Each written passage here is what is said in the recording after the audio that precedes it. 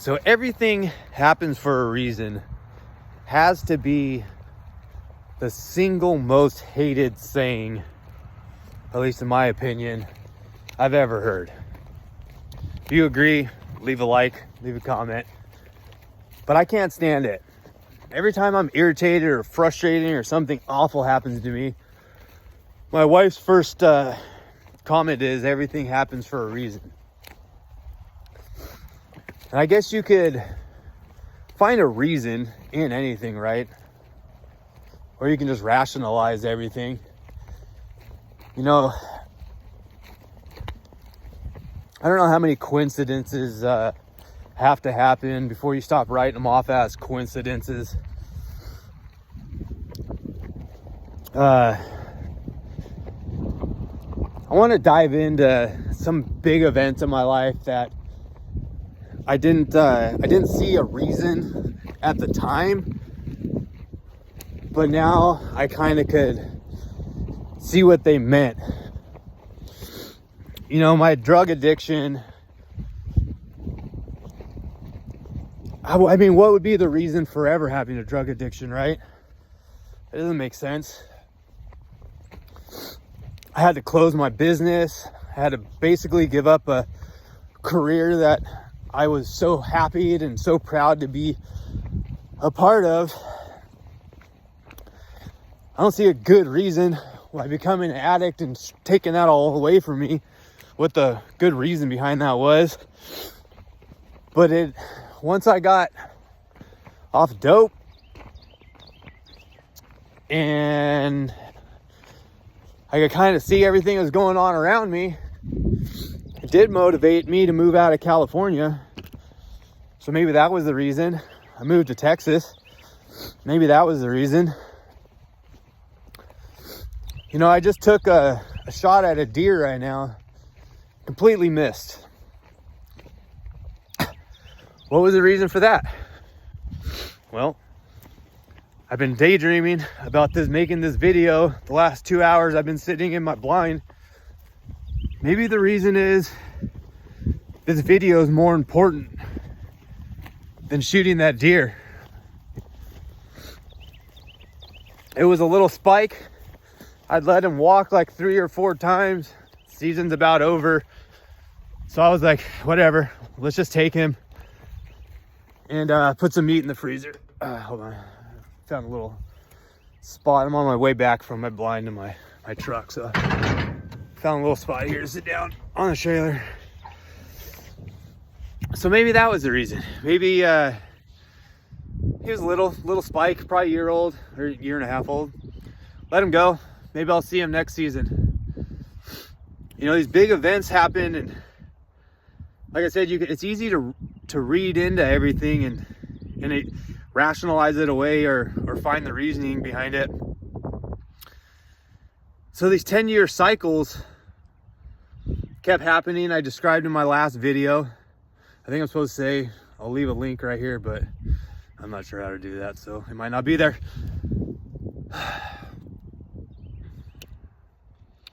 So maybe, you know, I look at these 10-year cycles and I'm like, what was the reasoning for this one? What was the reasoning for this one? What was the reasoning for this one?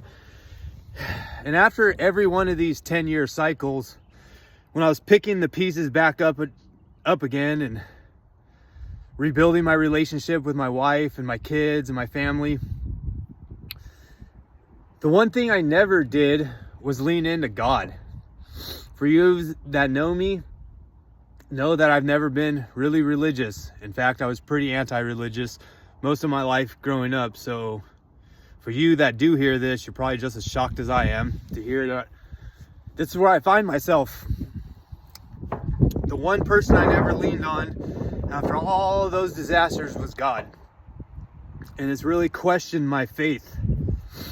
And ironically enough, last bow hunting season was my come to Jesus moment.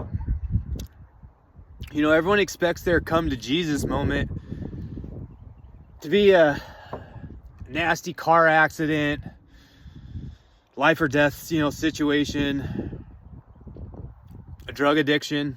Most people after a drug addiction become really religious, and I just never did. It was always, I got it. It was always, I got it. Well, apparently I don't got it. Because here we are, 10 years later. I'm not an addict anymore. I'm not drinking anymore. I'm not partying anymore. I thought I was living pretty right. But why do I find myself in the same exact spot I was 10 years ago?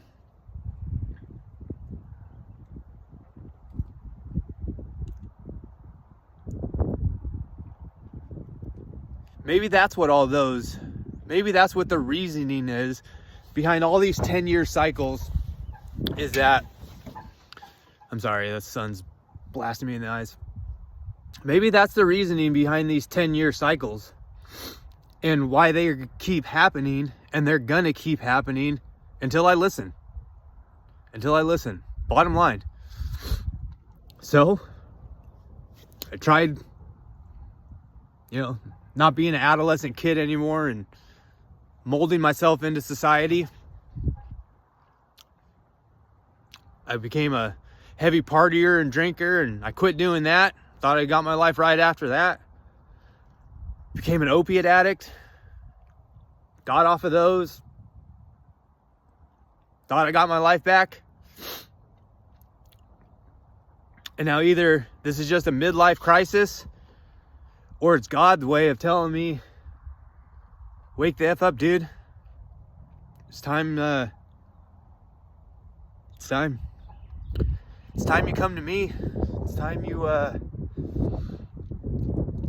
And what really triggered this was the other day there's a reoccurring theme, it seems to be in the Bible, that God sends his broken to spread the word. Sorry, I don't want to mess up my makeup. Doesn't get much more broken than me. So maybe this whole time, all this pain, all this suffering was not for no reason. There was a reason the whole time. There was a reason the whole time.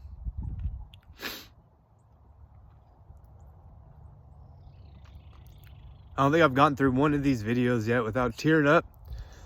I don't think I've gotten through one conversation with a friend or reading comments without tearing up. This has been really hard, everyone.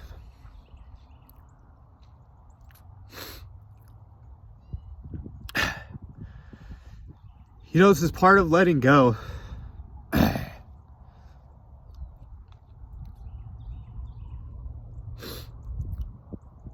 When I quit drinking and partying, I had to let go of a lot of friendships. You really figure out who's actually your friends and who isn't when you quit being the party animal and the fun guy and the wild dude. I lost a lot of friends during that time, which wasn't a bad thing. You kind of filter out who your true friends are, I guess.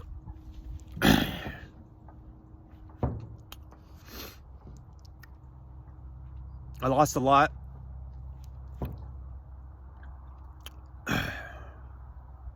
During my my opiate addiction.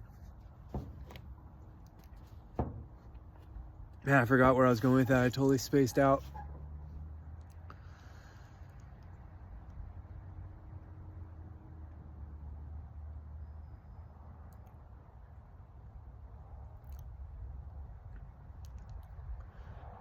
I don't know. I think I need to lean into this. I think I need to find my faith.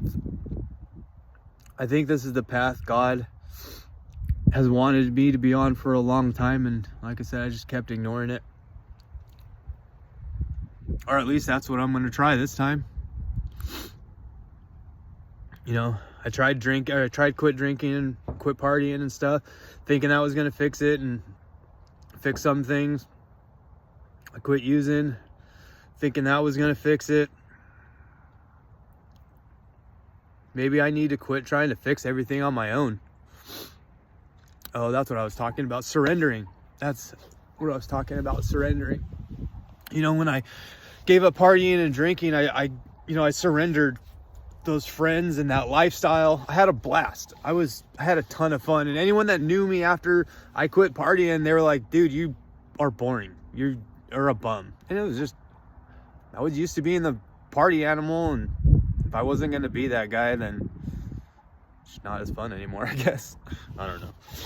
But, you know, and then when I was deep in my addiction, I remember very vaguely the day I decided to reach out for help. I was sitting in my office, just broken, just realizing that I was never going to get out of this hole on my own. I wasn't going to be able to get sober on my own. I was going to lose my business, whether I liked it or not. No matter how much I dug my heels in, it was going to get taken away from me. And I could either just be an addict that lost his shop, or I could try to recover and maybe have some sort of grace and come back with some dignity at some point to the industry.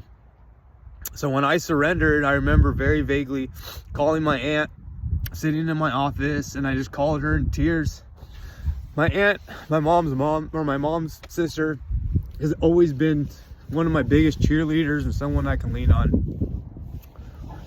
So I called her and in tears and just said, please, I need help. Call my mom, your sister, and help me. Get me to rehab. So I completely surrendered. You know, anyone that knows me knows I'm a perfectionist and I'm super, super OCD. And for me to like give up all control and allow everyone to close my business, take all my equipment out and put it in storage was hard. It was really hard. I'm a big control freak. I'm super OCD. I'm a super big perfectionist. In fact, the video that I released yesterday talking about my trauma and these 10-year cycles, there was so many things I wanted to touch on in that video that I had rehearsed in my head and I should have wrote down and stuff that I didn't. And after I posted it, I was like, man, this video is not what I want out there. I need to take it down and reshoot it. But then I was like, you know what? This is part of surrendering and putting the imperfect out there. So I just left it up. So I'm definitely going to have to go back to that topic and readdress a lot of things that I missed on. So yeah, faith. Faith is one of those things I've always struggled with because I've been so literal. You know, my wife used to always be like, you got to have faith that things are going to work out. You got to have faith. You got to have faith. I'm like, faith ain't going to pay the bills. Faith ain't going to get me to where I need to go. But I just read a proverb that said, if you fix your relationship with God, God will fix everything else. Something like that. Now my wife's the one, I'm the one saying we gotta have faith and we gotta lean into this, Chanel, and we're gonna get through this. And she's like, faith ain't paying the bills, babe. It's hard that we can't get on the same track at the same time.